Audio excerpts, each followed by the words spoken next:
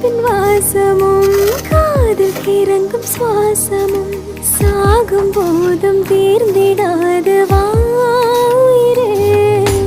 காதில் உதைக்கும் பாதமும் மார்பில் கிடக்கும் நேரமும் வாழும் வரைக்கும் தேங்கிடாது வாயிரே.